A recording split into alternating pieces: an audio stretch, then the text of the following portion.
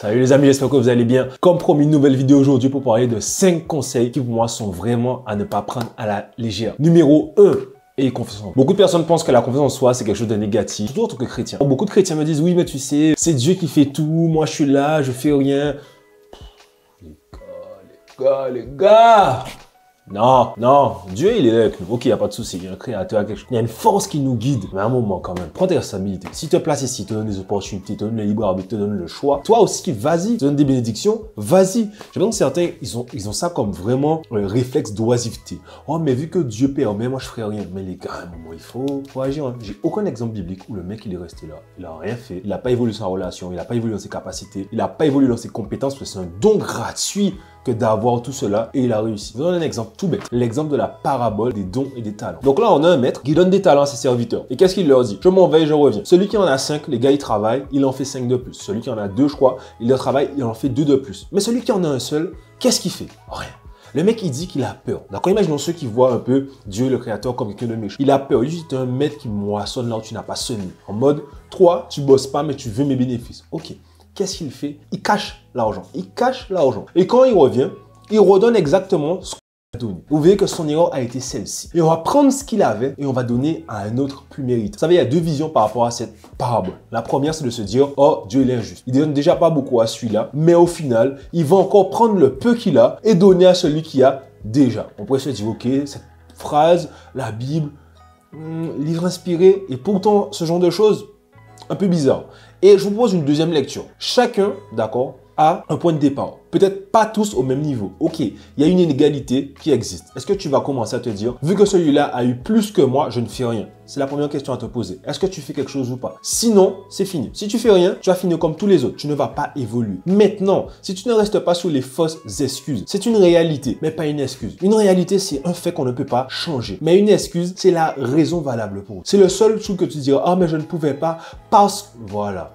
Oui, mais l'excuse des perdants. Oui, mais. Et moi, je te dirais, on ne naît pas tous égaux. On ne naît pas tous avec les mêmes aptitudes. On ne naît pas tous au même endroit. Mais ce n'est pas une raison valable pour que tu n'ailles pas chercher tes objectifs. Ce n'est pas une raison valable pour que tu n'ailles pas chercher tes objectifs. Aujourd'hui, tu veux réussir. Qu'importe le domaine, le trading, les investissements, l'e-commerce, le dropshipping, même en tant que personne, tu dois comprendre, cela ne sert à rien de se chercher des excuses. Oui, ce monde n'est pas juste. Il n'y a pas de souci par rapport à ça. Je ne vais pas te dire le contraire. Je vais te faire croire que non, tu sais, c'est faux.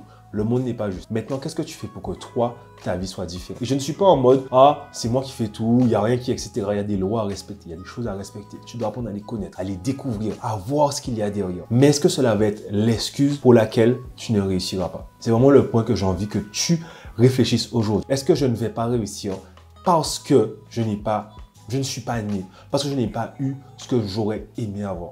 Beaucoup de personnes ne profitent pas du parcours. Ils ne profitent pas du chemin qui nous est donné. Je veux vraiment que te dises cela. Est-ce que réellement, je fais les choix qu'il faut pour la vie que je veux mener? C'est vraiment le premier point que je veux l'avoir avec toi. Exemple simple, point simple. Le deuxième point qu'on verra aujourd'hui, c'est pourquoi certains réussissent et d'autres pas. L'un des points que je vais remarquer, c'est la constance et la discipline. Beaucoup de personnes parlent. Elles aiment dire « je ferai », mais elles n'agissent pas. La discipline, pour moi, c'est la faculté que l'on a à garder nos engagements, nos objectifs. Le Lucie d'il y a 3 ans, je pense que s'il me voyait aujourd'hui, se dirait « ok frérot, ok, j'accepte.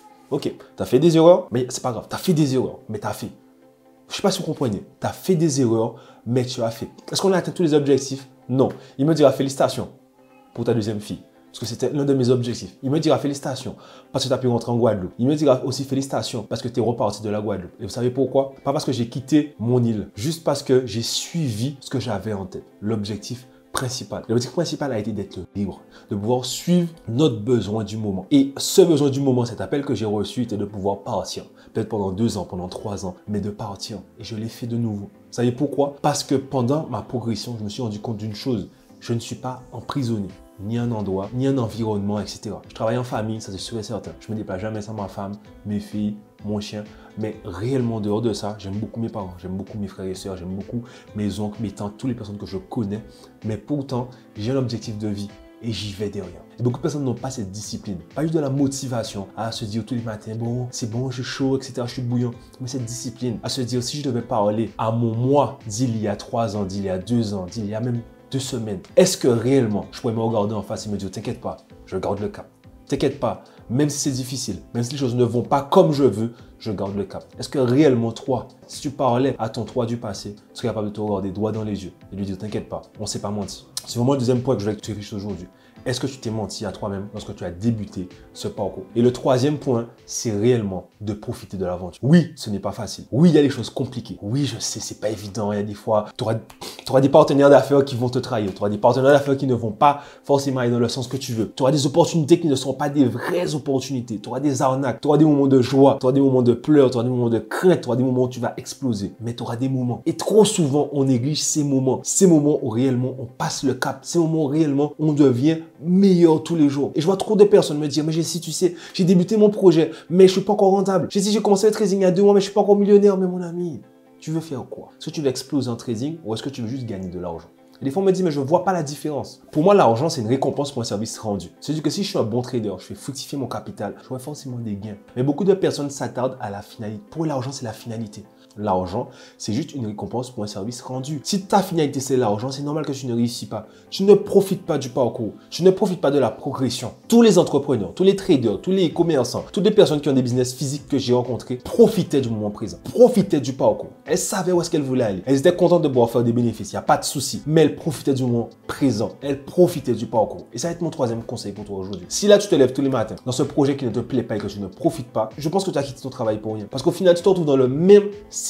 C'est parce que tu es entrepreneur que tu as réussi. C'est parce que tu vas vraiment dans un objectif qui te tient à cœur que pour moi, tu réussis. J'ai un de mes mentors, je pense, qui m'a accompagné, qui me disait, tu sais, la réussite, c'est d'avancer continuellement vers ton objectif. C'est pas d'y arriver, Jessie, c'est d'y avancer continuellement. Parce qu'il me disait au final, quand tu y arriveras, tout ce parcours, il aura servi à quoi? Et je me suis posé la question, il m'a dit, bah voilà, à grandir, Jessie, à grandir. Et c'est le but de la vie, de grandir, d'atteindre des objectifs, de continuer à toi-même te dépasser. Et si pour toi, ce n'est pas des points importants, je suis vraiment désolé, mais je pense qu'il est l'heure de quitter ma page. Pour tout le reste, n'hésitez pas à vous abonner, à lâcher un pouce vert, un pouce bleu plutôt pour le coup, à partager un ami que je pense qu'il a besoin d'entendre ces 3 choses-là. S'il veut pouvoir réussir, qu'importe le domaine, au-delà du trading, il faut appliquer ces éléments-là. Et je vous dis pour les autres, à la prochaine.